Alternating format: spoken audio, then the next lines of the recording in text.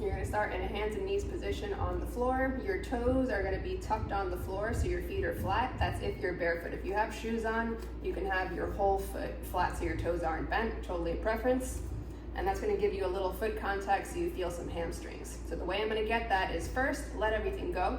So relax, find a little cat-cow, and then find the middle of that cat-cow so your breastbone is facing forward and it's not jammed down. And then with that breastbone facing forward, find a little bit of weight over your hands. Make sure your upper back has not rounded at this point. Then you're gonna reach up through your shoulder blades so they're not sticking out of your back without letting your breastbone change where it's facing. So it's still facing forward.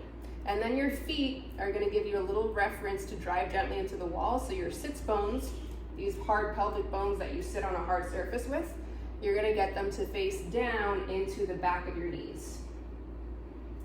Like so. So with that foot pressure and with that reach, you're gonna feel hamstrings and you're gonna feel all of your sides working. Your sides will work more the more weight you put over your hands. So this already is a plank. The more you drive sits bones down, the more your hips will extend, the more you'll feel hamstrings. This already is a plank variation. You could push harder away from the floor, push harder into the wall, and you can start to lift until your hips are at the same height as your knees, making sure you didn't change position. So you didn't cave that chest in, right? And you still have the hamstrings because of your feet driving. That's one position there.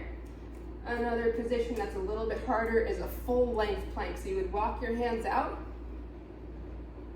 roughly around here. They can start a little bit in front of the shoulders, and as you push up, you're gonna put weight over the hands.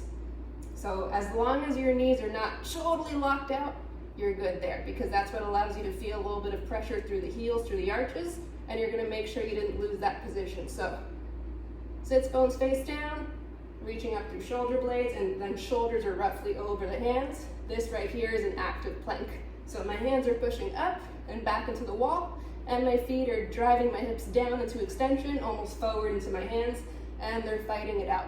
So right here, this is a plank, you hold, and you breathe.